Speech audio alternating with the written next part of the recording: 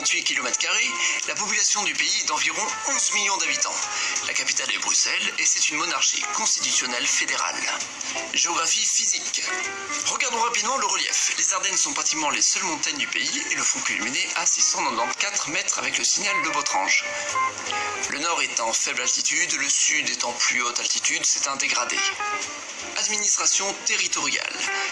Le pays est une fédération depuis 1993, mais dispose de gouvernements locaux depuis 1980.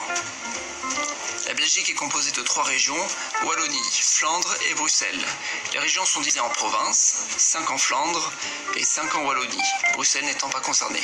Et les provinces sont divisées en 589 communes, dont 19 dans la région Bruxelles. Ce qui fait que la commune la plus peuplée du pays est Anvers et non Bruxelles qui est subdivisée. Puis en plus de tout ça, le pays est divisé en 3 communautés linguistiques. Communauté flamande qui concerne la région Flandre et la région Bruxelles, la communauté française qui concerne une très grosse partie de la région wallonne et la région Bruxelles, et enfin la communauté germanophone qui concerne quelques communes de la région wallonne. Les langues. La Belgique est donc un pays trilingue, avec une zone flamande ou néerlandophone, une zone francophone et une zone germanophone. Mais dans les faits, la partie germanophone n'a qu'une très faible influence dans la vie politique. L'enjeu se fait entre les 2 autres communautés. Notons aussi que de jure, Bruxelles est une ville bilingue, français-flamand, mais le français a pris l'avantage. Cette double culture linguistique vient d'une raison historique. La Wallonie est un concept récent. Il date du 19e siècle et a permis de désigner les zones francophones en Belgique. Originellement, dans la Wallonie, différents dialectes français sont parlés, tels que le picard ou le liégeois. Ce dernier a été institué en une langue qui s'appelle le wallon. Le picard et le wallon sont toutes deux des langues d'Oil, au même titre que les langues de la partie nord de la France. Ailleurs, on parle flamand car c'est une région liée aux Pays-Bas. N'oublions pas que le néerlandais peut être considéré comme une variante de l'allemand standard. Pour ce qui concerne les communes germanophones, après la Première Guerre mondiale, l'Allemagne les a offerts à la Belgique en dédommagement. Elles sont restées depuis de langue allemande. Ajoutons à cela les communes avec des particularités linguistiques. Par exemple, autour de Bruxelles, c'est la Flandre. Les communes ont donc comme langue officielle. Aujourd'hui, on ne cherche plus une chouette habitation, mais une chouette cohabitation. L'immobilier a changé. Changé. Officiel le néerlandais, comme partout en Flandre. Sauf qu'en raison de l'influence bruxelloise, les populations vivant dans ces communes sont majoritairement francophones. Elles bénéficient donc de facilités linguistiques, surtout dans le domaine administratif. On compte 27 communes de ce type dans toute la Belgique. Maintenant, regardons l'influence linguistique régionale. Pour le calcul, je considérerais que Bruxelles est entièrement francophone car le français est de loin la principale langue. La Flandre fait donc 6,4 millions d'habitants. La Wallonie et Bruxelles réunis font 4,8 millions d'habitants. Les communes allemandes ne font que 75 000 habitants. Le néerlandais est donc la principale langue du pays, presque 60% des habitants vivant dans une région majoritairement néerlandophone. Et au contraire, un peu plus de 40% des habitants vivent dans une région majoritairement francophone. Après, cela ne veut pas dire que ça représente le nombre de francophones et néerlandophones. Il y a beaucoup d'étrangers qui vivent en Belgique et qui utilisent une des 2 langues au travail sans que ce soit leur langue maternelle. Démographie. La Belgique a une très forte densité, 360 habitants au kilomètre carré. C'est donc un des pays les plus denses au monde. En Flandre, la densité passe à 480 habitants au kilomètre carré. Regardons maintenant les principales agglomérations. Bruxelles est la plus importante avec 1,3 million d'habitants. L'agglomération comprend la région de Bruxelles, mais aussi quelques communes en Flandre et même en partie en Wallonie. La rocade de Bruxelles se trouve ainsi dans 3 régions à la fois. On y trouve d'ailleurs Waterloo, désormais commune pavillonnaire de banlieue en Wallonie. L'aéroport de Bruxelles est à Zaventem, en Flandre, en zone néerlandophone du coup. Mais bon, comme dit précédemment, qu'on soit en zone néerlandophone ou francophone, le français reste la principale langue de l'agglomération. Anvers est la 2e agglomération du pays avec 1,2 million d'habitants, donc à peine moins que Bruxelles. La commune d'Anvers est de 500 000 habitants, c'est la commune la plus peuplée du pays. Et cette agglomération est entièrement néerlandophone, le français n'y a aucun statut officiel. La 3e agglomération du pays est Liège, qui est entièrement francophone puisque située en Wallonie. Elle fera environ 700 000 habitants. Parmi les autres agglomérations, on peut citer Gand, qui est néerlandophone, Charleroi, qui est francophone, Bruges en Flandre, Namur en Wallonie.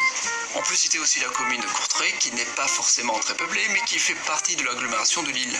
Une 60aine de communes belges font partie de l'Eurométropole de Lille, soit environ 1 million d'habitants.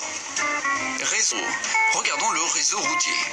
D'abord pour les autoroutes, on a un ensemble d'autoroutes dont l'A15, qu'on appelle l'autoroute de Wallonie, qui relie Liège à Tournai. C'est un grand axe qui relie toutes les principales villes wallonnes, Liège, Namur, Charleroi, Mons, Tournai, pour ensuite rejoindre la frontière française. Et puis c'est en même temps un axe ferroviaire. Il n'y a pas vraiment d'équivalent en région flamande, mais il y a une autoroute qui part d'Anvers et qui va jusqu'à la frontière française en passant par Gand et Courtrai. Sinon, le reste de la Belgique, c'est des autoroutes en étoile avec Bruxelles en son centre. Un axe Bruxelles-Bruges, Bruxelles-Lille, Charleroi, Namur, Liège, Anvers. Il y a d'ailleurs 2 autoroutes parallèles qui relient Bruxelles à Anvers. En plus de ça, de nombreuses villes sont dotées de rocades circulaires qu'on appelle ring, ce qui veut dire anneau en néerlandais. Le ring de Bruxelles, celui d'Anvers, Gand et Charleroi, et d'autres qui sont incomplets. Celui de Charleroi a la particularité d'être à sens unique, c'est une sorte de rond-point géant autoroutier. Bref, beaucoup d'autoroutes, la Belgique peut se vanter d'être le pays le plus densément autoroutier avec les Pays-Bas. De plus, elles sont pour beaucoup éclairées, ce qui fait que la Belgique est bien visible la nuit depuis l'espace. Cependant, l'éclairage est en train d'être enlevé de plus en plus. Pour ce ferroviaire, mis à part les œufs normaux qui relient des autoroutes, on peut compter 2 lignes à vitesse, une qui part de la France pour les Pays-Bas et qui passe par Bruxelles et Anvers, une autre qui relie Bruxelles à l'Allemagne en passant par Liège. Économie. Maintenant, regardons un peu l'économie du pays. Pendant longtemps, la Belgique fut un producteur de charbon. Les bassins miniers étaient situés à Liège, Charleroi et à Mons, qui sont exploités dès le XVIIIe siècle. Ce qui fait que la Wallonie est bien plus dynamique que la Flandre. Mais au XXe siècle, un bassin minier se développe dans la Campine, en Flandre. L'économie du charbon a permis l'essor de la sidérurgie. Mais après la Seconde Guerre mondiale, les mines commencent à fermer. Le charbon provenant de l'étranger devient moins cher que celui extrait sur place où la main-d'œuvre est trop élevée. Du coup, l'économie va s'inverser, la Wallonie se désindustrialise et la Flandre bénéficie de la tertiarisation de l'économie. Aujourd'hui, les 2 grands centres économiques du pays sont Bruxelles et Anvers. Bruxelles est une ville de service qui bénéficie surtout de la présence des institutions européennes. Anvers, elle, est la capitale mondiale du diamant. Les diamants du monde entier y arrivent sous forme brute pour y être taillés. En plus de ça, la ville dispose du 2e plus gros port européen.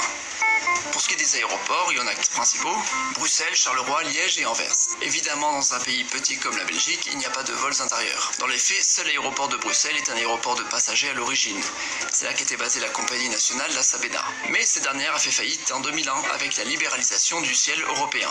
Cette même libéralisation du ciel a permis aux autres aéroports de se spécialiser. L'aéroport de Liège est ainsi devenu le principal aéroport de fret en Belgique. L'aéroport de Charleroi est devenu depuis 1997 la principale base de la compagnie aérienne Ryanair en Europe continentale. L'aéroport s'est renommé Bruxelles Sud pour l'occasion. Anvers et Liège accueillent aussi des passagers des vols à bas coût. Politique. Passons à la politique car c'est assez original. La Belgique a été connue pour avoir eu des périodes d'instabilité sans gouvernement. Depuis les années 60, beaucoup de partis politiques se sont divisés en ailes francophones et néerlandophones. De plus, des mouvements séparatistes se sont développés. Les élections législatives permettent d'élire les représentants de la Chambre des représentants. C'est la Chambre basse. Elle est composée de 150 députés. Évidemment, avec les différents partis de différentes langues, il est difficile de créer des coalitions. Si on regarde les élections de 2014, le NVA a obtenu 33 sièges. Il est donc le premier parti. Mais c'est un parti néerlandophone et c'est même un parti pro-flamand. Pour créer une majorité, les différents partis néerlandophones de droite se sont unis avec le principal parti de droite francophone, le mouvement réformateur, mais le NVA, trop pro-indépendantiste flamand, s'est retrouvé en minorité. C'est donc le mouvement réformateur qui, avec l'alliance avec les autres partis néerlandais centristes, a pris le pouvoir. Le roi de Belgique a donc désigné comme Premier ministre le chef de file du mouvement réformateur. Bon voilà, beaucoup de partis et beaucoup de langues. En général, pour les partis politiques, on peut voir 3 types de clivages linguistiques. Le cas le plus classique, c'est les partis qui ont chacun leur équivalent dans une langue, le Parti socialiste en Belgique francophone et le Parti socialiste en Belgique néerlandophone, par exemple. 2 partis, mais qui s'équivalent et peuvent faire des coalitions au gouvernement. Ensuite, il y a les partis qui sont unitaires, c'est-à-dire un seul parti pour les 2 langues.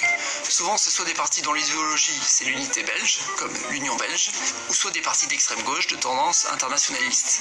Enfin, il y a les partis nationalistes linguistiques, qui eux ne peuvent exister dans le camp opposé.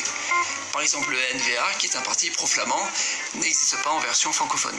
En tout cas, la percée du NVA aux dernières élections montre que l'idée d'une Flandre indépendante est appréciée de plus en plus. Les Flamands représentent la majorité de la population, le principal poids économique du pays, mais ils ont toujours eu un statut moins important dans l'histoire, le français ayant toujours été l'unique langue institutionnelle de la Belgique. La reconnaissance du flamand a donc été progressive, et surtout admise en 1962, avec la création des frontières linguistiques. Bon voilà, c'était la Belgique, un pays coupé entre 2 langues. Terminal with the